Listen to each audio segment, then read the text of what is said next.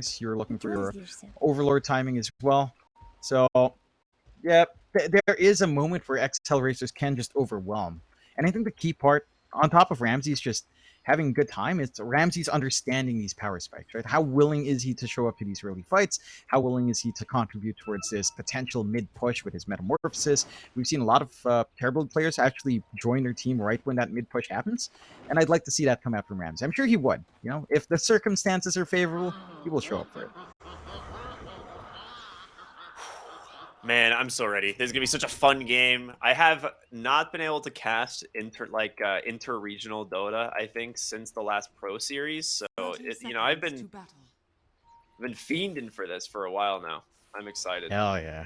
Welcome back, Ricky. Yeah, dude. Thank you so much. Just had to sacrifice Neff. Yeah, we had to take out Neff and Mike for this to happen. So thanks, guys. Not too much of value is lost, I'm sure.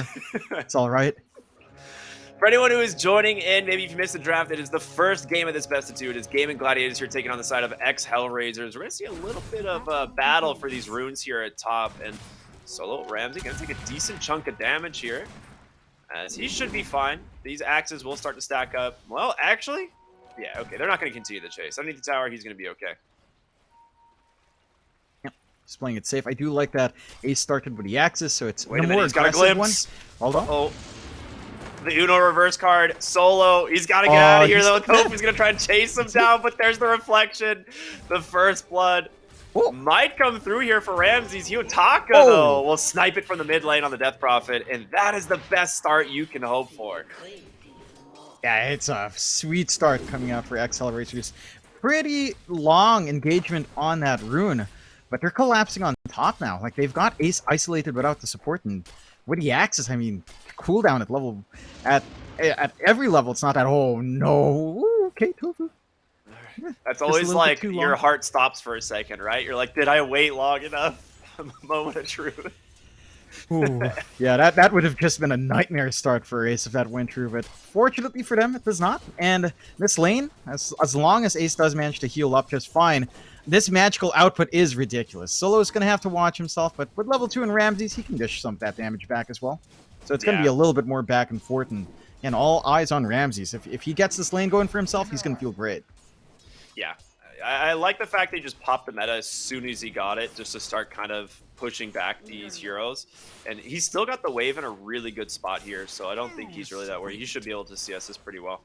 He's just continuing to use that reflection, which, why not, man? Take that early regen advantage. Bottom lane, Celery. Ooh, sniped under the tower there. Nicely done. I mean, they got the Eidolon split, and Dyrachio is going to take a lot of damage here as well. But he'll be okay. We'll just good old classic TP to base as NP.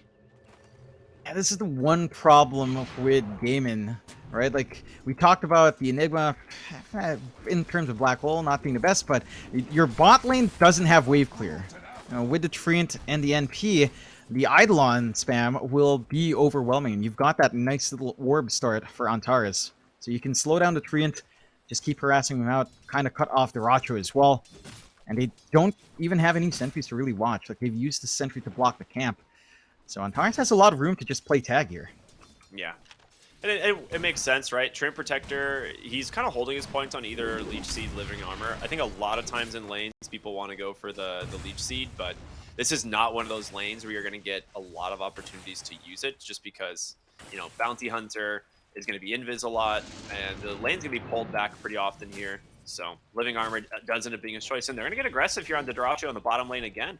They got the Eidolon split, the Bounty Hunter just being a complete nuisance. They just see that opportunity, they start to get the right clicks in, nothing to stop the Eidolons, and again, you're wasting a lot of resources out. You're making this lane pretty damn hard for Dyrachio. All the lanes, in fact, for ex-Hellraisers going pretty well, except for mid, which again is a bit surprising. Quinn on his Storm just running down Hyotaka quite a fair bit. And I suppose he can't really leverage the Spirit Siphons. Sure, Quinn can't really come out to safely go for like the Remnant and Vortex double overload, but at the same time, you can just keep kind of twacking away and clearing out the creep wave and applying some decent harassment. Rune control is going to be big. If ex-Hellraisers can kind of put their bodies forward to stop Quinn from getting a top up, then Kiyotaka's going to have a bit of a better shot at maybe looking for a way to gain an advantage. They're gonna get aggressive again in the bottom lane. It's every single time, rinse and repeat. As soon as the Eidolon split happens, they just run him down. And top lane, they also managed to find the kill on the Tofu. So 0-4 to start this game for ex-Hellraisers. I mean, beautifully done in kills. We'll see how much that translates into net worth later, but CS is definitely struggling here on the safe lane NP as well as that off lane Beastmaster. Nah, it's not going according to plan for Gaimin. The lanes coming out from ex-Hellraisers, they're working it just so damn well. Like, Antares setting up with these slows. With that orb and with the early Shadow Walk. It's a ton. And just allowing that extra time for the Eidolons to just chase you down. It's painful for the side of Gaimin. It does feel like all their hopes are on Quinn to just have this good scaling up from his mid. Maybe get active once he has that Falcon Blade up. And try to open up the map a little bit more for his cores to have a point to launch off of. Yeah. But Beastmaster, let's see what his build is here. Okay, so he is kind of holding and just staying 2-point wild axes, has a 1-point inner beast. So I think this is probably going to be what we end up seeing is we'll see that next point come out soon and call the wild. Top lane, they do get the glimpse back though. Ace trying to chase down Solo now as maybe Solo bit off more than he can chew. Ends up getting punished for that one. Yeah, nice little kill. Not the biggest. But it's still something to help him kind of catch up after a pretty damn slow lane. Ramses, though, doesn't care too much. I mean, he's slow on HP, had some stick charges, has a salve. He's going to be fairly safe in this lane anyway, and still be able to farm. You do see Quinn kind of getting shoved away from mid, so you're getting some space out for Kiyotaka to work the creep wave, hit his level 6. No one really rotating in for the power runes as well. There'll be some easy control coming out for Kiyotaka. And if Quinn doesn't manage to pick one up, it's going to feel pretty rough, because that'll line up with a 6-timer for Kiyotaka here. It was pretty smart. Like, Quinn farmed his way back to base, via the jungle, and he's going to get 6 pretty much in the mid lane here in a moment. Ooh, great fort on the wave, though, and Kiyotaka does not want Storm to be able to contest these runes at all. So both side lane support starting to show up. There's going to be a glimpse pulling Tofu back into this Death Prophet, and he will just get ran down underneath the tower here. Meanwhile, Quinn really wish he had this 6 here. He could go for this haste rune bottom. He does finally grab it now. As continue to play it really aggressive here. There it is. Quinn will go finish off the Bounty Hunter with the help of Celery. And first Exorcism used a decent amount of damage to the tower, as the Catapult still lives, but denying the haste rune to the Storm Spirit, pretty good. Yeah, I'd say you're happy enough. You managed to get not only a support kill for your trouble, but you're forcing all the supports down to mid. You're freeing up your winning side lanes to just win even more. And with the advantage each core has, they're going for an early smoke put at level 6, though. I mean, look at top. Ramsey's just behind the tower, and here's going to come Quinn. He is out of mana, though. Oh. Okay. Well, he just got glimpsed back quite far. They're going to be able to just TP out on Solo. They got their eyes set on the prize, which is going to be Ramses on this Terrorblade. As he's lost his Disruptor. Quinn's trying to join the party, and they managed to bring him down. So the dive does end up getting punished. Yeah, it looked like he had an angle out, but probably not the safest TP. Cookie threat was there. Tofu was very patient with it, tried for the Sunderplay, does get taken out, and Quinn still had enough to kind of walk back in. So they take out the big target on the map that really needs to scale up here from the side of ex-Hellraisers. Ramses, he's still having a decent time. He's still number 2 in net for it. Oh, yeah. He's not going to be hurting too much, and he should be able to swing over to the jungle. This is the point where Gaimin can kind of start to group up for a little bit of a push. Yeah, absolutely. We're going to see Ace, 3 points in these axes now. The damage starts to become very problematic. So if you're going to stay in this lane here, Quinn's just not backing away. He's staying very active, pops the Vortex, and they got Ramses and potentially Solos. They got a cookie in one. Now Quinn just dives after him instead. Okay. Who needs to farm when you can just kill heroes? Yeah, you don't need to. Ramses, I thought he'd just swing jungle. He goes back into that lane, and no Metamorphosis, no Sunder, gets taken out. Does not respect the output. They're going on to the Racha here, though. Nice TP cookie. Beautifully done. They have a Roar available here if they want to go for it. They do have a Sentry. They drop it. The Scatterblast comes out, and Taras gets basically punished for that dive as well. So the responses from Gaming Gladiators, man, they're really on point. Yeah, they've managed to just work themselves out of a pretty slow laning phase, all things Yeah. considered. They're finding some key pickoffs. They're still a little bit behind in net worth. You know, Diracho's not quite doing too hot on the NP just yet, trying to work onto the Midas to catch up. But it's that momentum we talked about. You've got Quinn onto the Storm, and he's just willing to run around. You know, he's just more than willing to show up to other lanes, make these plays. Kiyotaka, in comparison, has just been stuck mid. And he will have this opportunity to EXO onto the tier 1 again. They know Roar's down, so should be fairly safe for Kiyotaka. They have the fort to slow down for a moment, and it is 3 points living armor. The thing that has gone pretty well is with these rotations is Celery has just stayed solo bottom for quite a while now to try and slow down some of these pushes from the Enigma as well as the Death Prophet.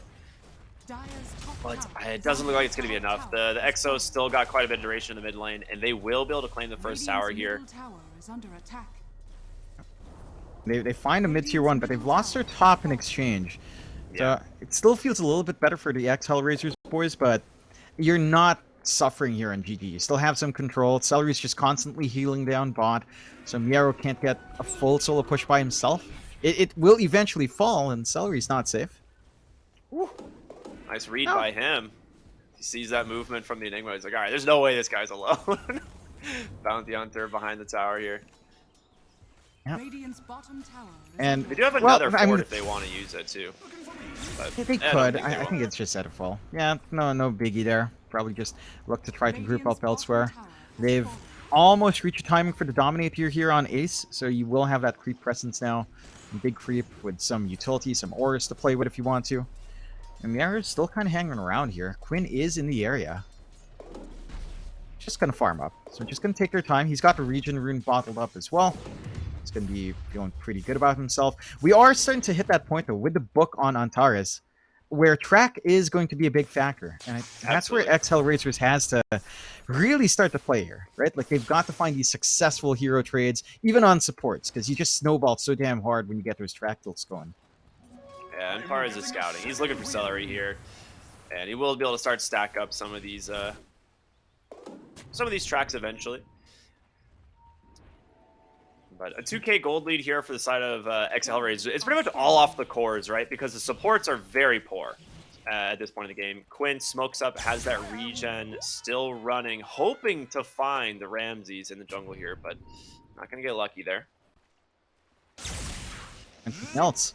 He does see the Enigma. Ooh, I was like, does he go for the Black Hole? The Mortimer Kisses are there. There's no chance he escapes this. And then Tara's has to just back away. So good play there. Good rotation from the duo. It doesn't take too long. He is going for the typical Enigma build-up. Injurability. Kiyotaka? He's going to try and get aggressive. There is an overgrowth to buy him some space.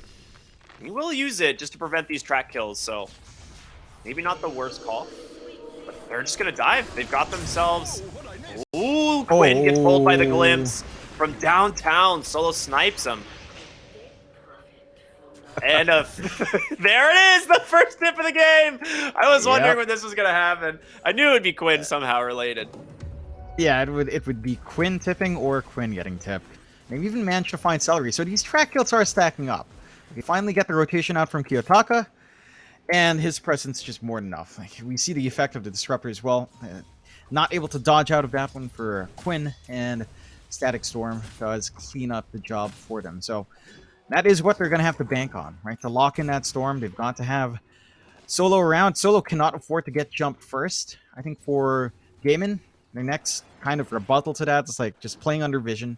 Play with your Hawks. If you find the Disruptor, kill him, and then you can just take the follow-up fight. Like, you're not scared of the Enigma too much. The Disruptor really is that big, scary hero right now, which, again, is so funny. It's the Pause 5, but it's the Level biggest 6. threat for your team fight. Yeah.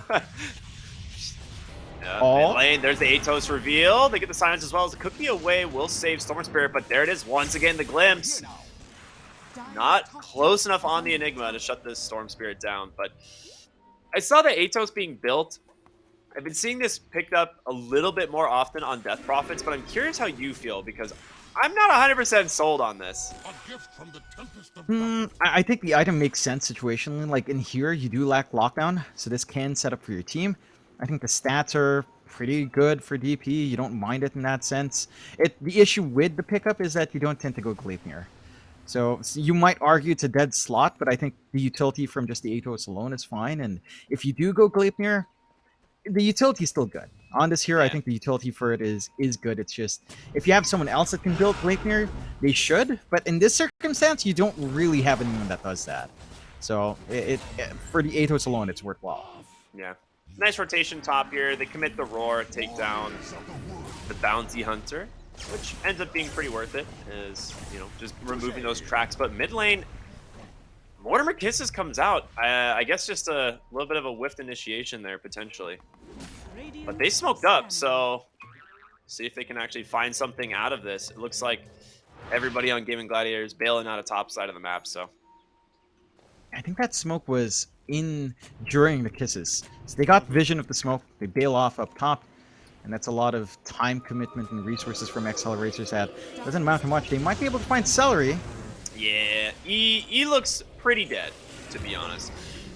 Good old combo once again. Just that Atos into Glimpse, the silence as well. Not really anything he can do about it. Draccio just going to make his way under the tower, but he has no TP for 15. He is definitely stuck here. The silence did clip him.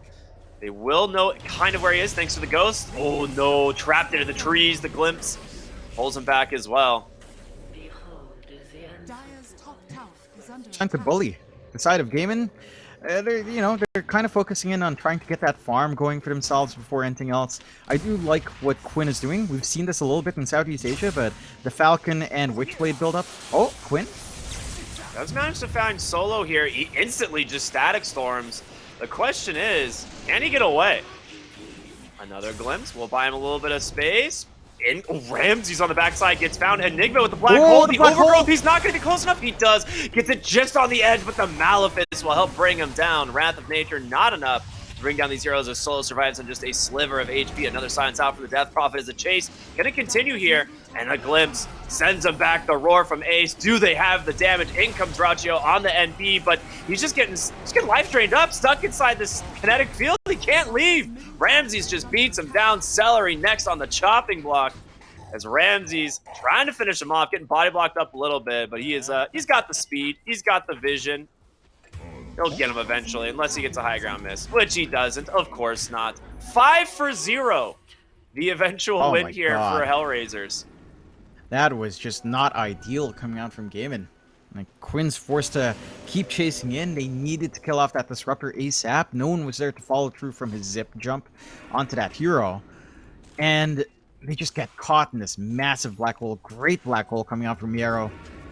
Just, even though it does get clipped by the overgrowth, they still have more. They do manage to kill Ramses off. There's some compensation. But yeah, it's such a big win. Like, those are all track kills coming out for ex-Hellraisers every time. Oh my gosh, they caught Draccio again. Gap is just walking to the wrong neighborhood. I mean, that was the thing is this last exorcism was used off of an arcane rune, so maybe he didn't realize it was going to be back off cooldown that shortly. But still, yeah, I mean, this bounty hunter is just playing run at you at this moment. They will go ahead and vortex him. Another static storm trapping him inside of the kinetic field, and the Atos to follow Quinn. He can't get out. Oh god. Yeah, they've gone. They are trying to make this game hellish for Quinn, and understandably so. Like, he has to play make until you see something like your Beastmaster Blink, which doesn't feel high priority right now. He is the guy jumping in. So if you can pin down Quinn, you pin down the entire team of Gaiman. There it is, the track glimpse this time onto Tofu. It is a bloodbath right now, man. This game has fallen completely apart for Gaming Gladiators. It's rough. Like, Hellraisers are playing perfectly. Like, they know they've got to be aggressive with this bounty hunter pickup. They've just maintained that aggression. We've seen Ramsey show up to these engagements just with the power treads and Manta. Heck, even before the Manta, he was joining these fights. And they understand their timing. Now they've got this blink up on Miero. Like, GG. Their spacing discipline hasn't been the best in some of these fights as well. They have to be pretty aware of where Miero is at. So they have two heroes to worry about at the moment. Solo and Miero on the Disruptor and the Enigma respectively. If Quinn is pinned, it's just, you're not in a position yet where Draccio can just do all the damage in these fights. He needs to be able to back up his Storm, but his output's just not quite there. And you do have the full Overlord already on Ace at the least, just waiting for the unlock on his item. So he'll have a little bit more presence, but it doesn't feel like it's going to be enough. Gaming, their execution just, after a pretty good set of fights in the laning phase, it's fallen flat here in the early mid game. Yeah, and this is exactly what we were talking about earlier, right? If these like mid and off lane heroes, this Death Prophet and Enigma, are able to create enough like mid game momentum and space for this Terrorblade, you are in a really good spot for Ramses going late game. I mean, and look at the difference. I mean, it's 10,000 gold. This bounty hunter has an entire pipe completed after all of these fights. He's right behind Quinn's farm. Like, Quinn has just been shut down pretty hard. He's bottom net worth across all the cores. He doesn't have anything protective. He just finishes up his Witchblade, Falcon Blade combination. So he's got some output, but he's not protected. He has to go for this BKB. Like, he can't allow himself to just keep getting caught off by these static storms. So once you remove that threat with the BKB, it's only the Black Hole, and feels like across all the threats, the Black Hole is probably the more manageable one.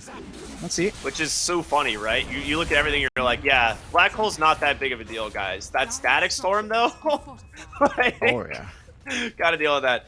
Mid lane, they do manage to find the Disruptor, the hero that they need to be able to take down. The track glimpses have been completely devastating this side of Gaming Gladiators. So to get the mid tower, again, based off the Home of the Overlord, ends up working on quite well. And they get an Arcane Rune for Quinn, so are they actually gonna go Roche here? There's no way.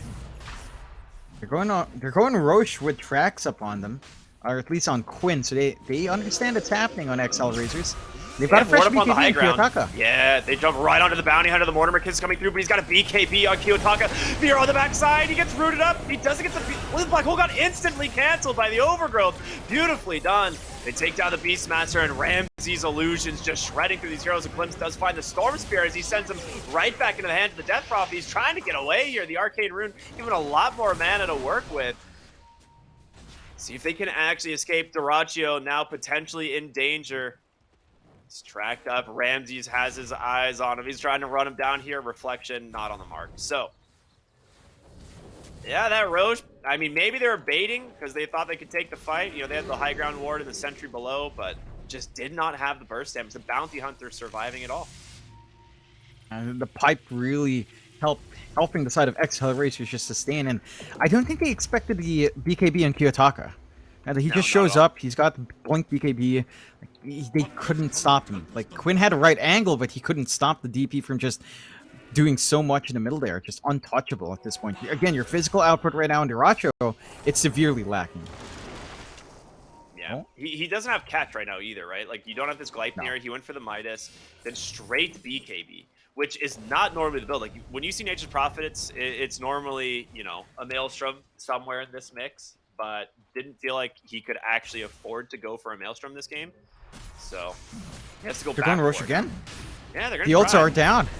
I mean, the ults are down, so you feel a lot safer. You know, Metamorphosis is down as well. You're going to be able to sneak this one by at the least, but they're at a huge deficit. Like, these tracks are just way too high. This should help them out.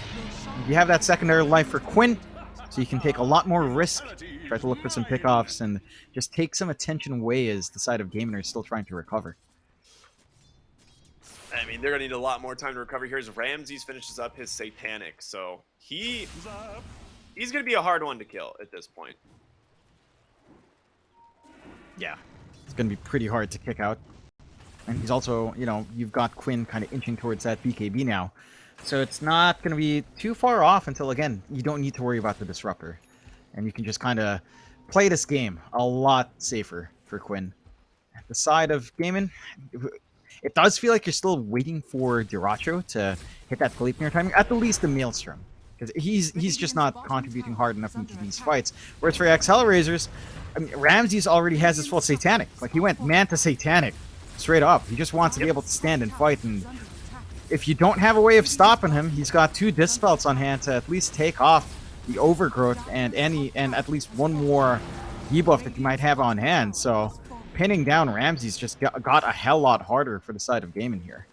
Yeah, and he's just going the Scotty next as well, which it's a perfect Scotty game, right? You're against Storm Spirit and the Nature's Prophet, that attack slow, going to go way further against these heroes.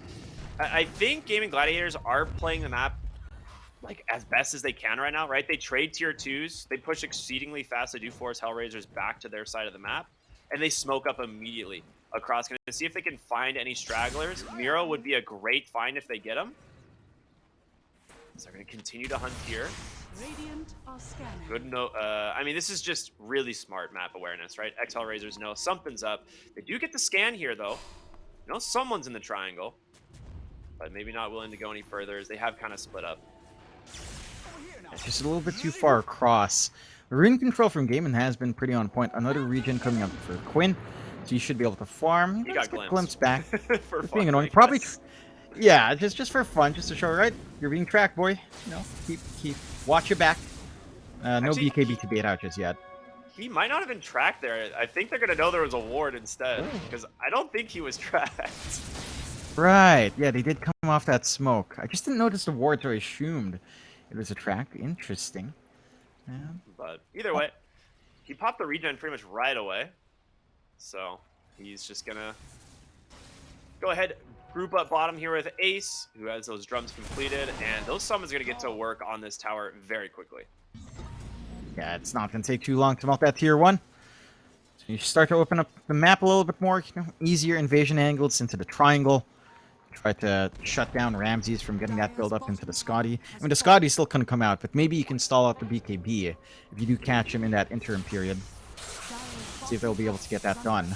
You are recovering quite well now on Duracho. Again, he's got the Maelstrom up, and he's working on to the AC next. I think understanding that hold probably isn't the issue for Gaming Gladiators here. They have more than enough. It's output. It's output and durability. The AC will provide a lot more for both, and just helping these pushes as well. So I like that coming out from Duracho. As the side of Gaming, yeah, they just keep shoving in bot. Dude, they're getting a lot out of this Aegis. Like, they're actually, like, Hellraisers is very afraid to fight into this Aegis on Storm Spirit because they know, like, they're committing every big spell to kill him in these fights.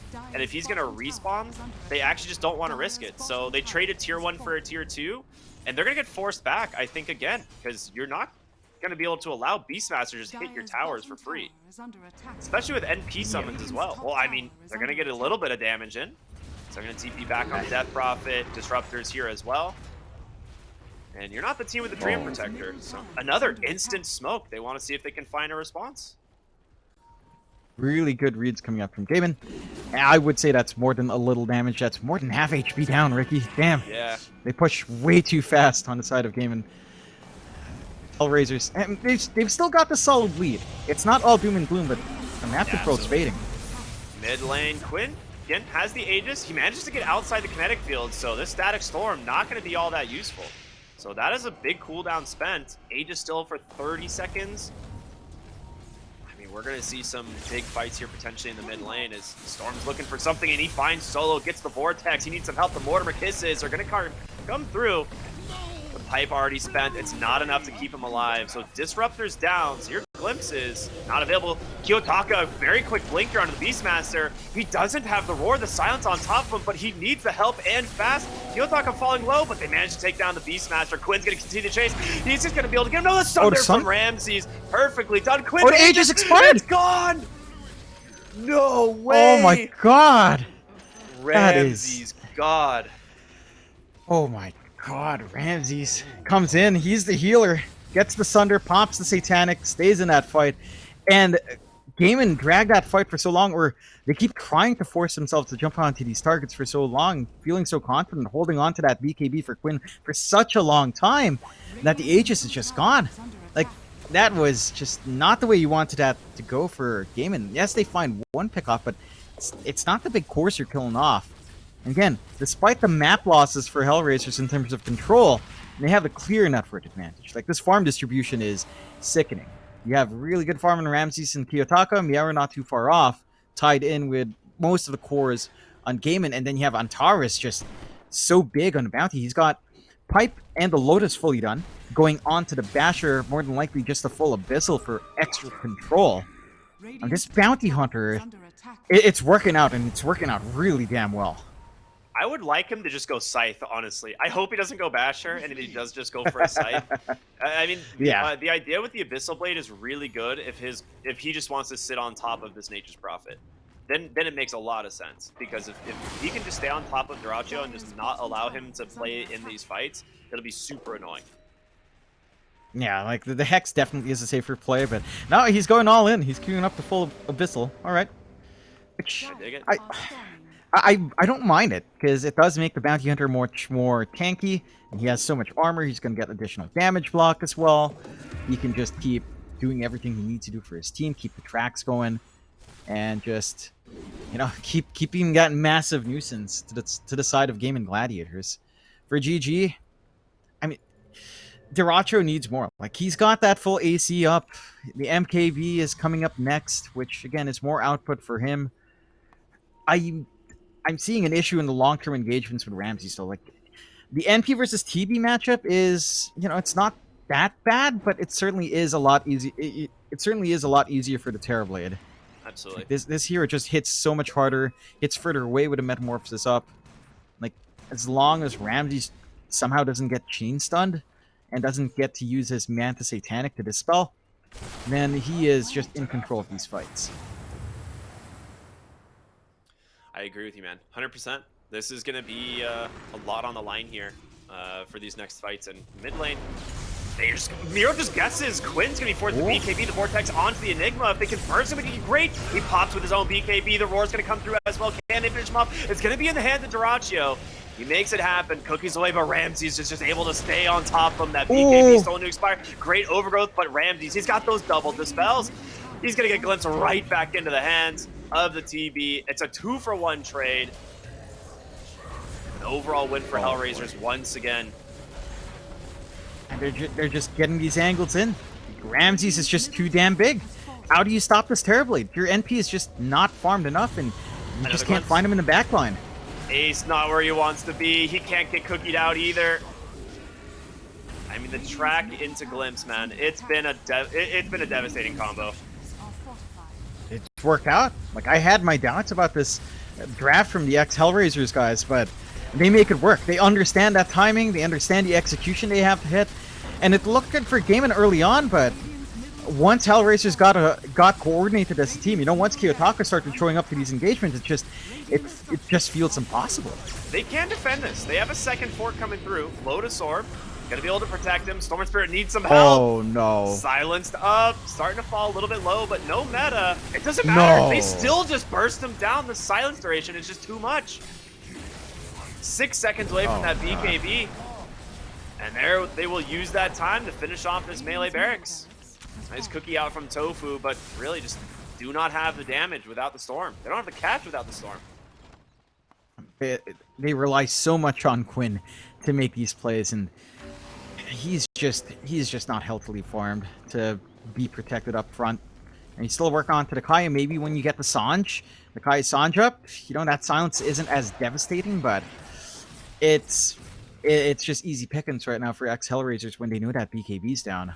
You've got the gold, and you do get the full butterfly buyout from Ramsey. Sure, the Roger is working onto the MKB, but that full MKB is a long ways off, and with that fresh butterfly, straight off to Roche, #2 with a shard.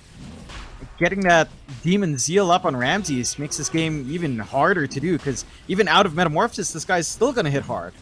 I was like wondering if you give the shard to like the bounty hunter, so you can just like give your shadow walk to like your Terrorblade or something. But they're gonna end up. Who ended up picking that one up? Kiyotaka did with fear. Okay. Yeah, I mean it makes sense. Type is very good. It is good, but you know what? I like that idea, Ricky, for the shadow walk. I mean, I thought it'd be kind of cool. Like, just no one would expect it. Like a shadow walk Terrorblade. Celery, you know, what can you do when you play a 5 in a game like this against Bounty Hunter Disruptor? You can't do much. You just kind of die. Tier 3 down bot being taken as well on the racks, and Gaimin, the defense, it's not coming out. They did cut this is the true waves, backdoor, but this is Terrorblade, I guess. Bottom lane, they will potentially start chipping away at this tower thanks to the Beastmaster, but I mean, there's no way they actually like finish this push, right? They have to back. Yeah, Hellraisers will back. They're not going to continue this one up. So I mean, you got a tier 3, you know? They got a tier 3. That's something. Something. You're down a lane and a Creep half, wave. but what, you know, better than nothing. Better than nothing. And you also didn't lose Diracho, because if Antares wanted, he could have gotten the Shuriken toss off, but I think he was gunning for a first hit Skull Bash out of the Shadow Walk while he was tracking Diracho, so doesn't Love it. quite get the right click off. Unfortunate, but I like the thought process of Antares. You know, well, let's take a gamble in this one. First hit bash. Sight of Vice now up on Kiyotaka as well.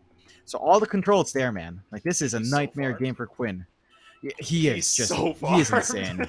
Like, it's all the track kills. They just Yeah, it maximize is. the bounty hunter so well.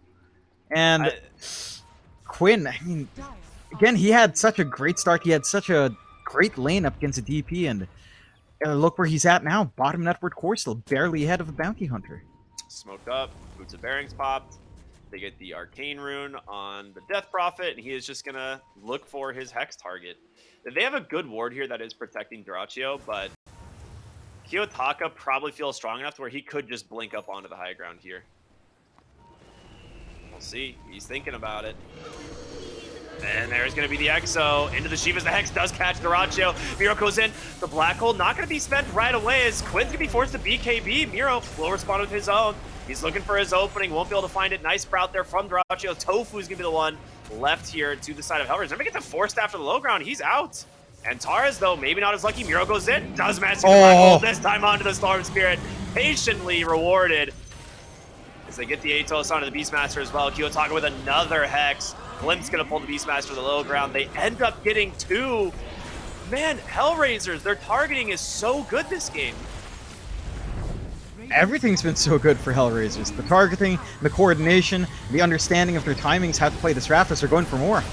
They are indeed, and Nature's Prophet, no BKB, gonna try and get saved here, but you can't leave, man. The Glimpse does not allow it. The GG comes out, and ex-Hellraisers grabbing game number 1 here in this best of 2. Yep.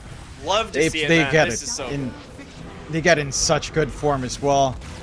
The side of Gaiman, they had such a great start, but you see the tips coming out from Hellraisers. They know Gaiman with this draft was all in on Quinn running down. Like, he had to set that tempo. He had to get these openings early on for the side of the Gladiators, and Hellraisers just pile onto him.